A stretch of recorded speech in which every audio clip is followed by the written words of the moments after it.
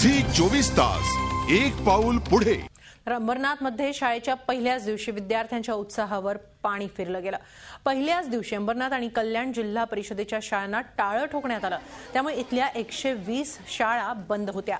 आदिवासी विभागातील शाळांमधील शिक्षकांच्या रिक्त जागा भरण्याचे आदेश देण्यात आले होते।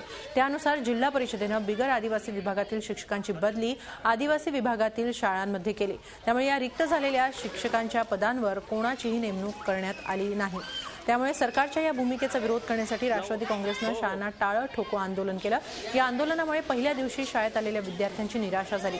पहिल्या दिवसाचा आनंद घेण्याचा विद्यार्थ्यांचा हा क्षण सरकारचा निर्णय आणि आंदोलनामुळे हुकला।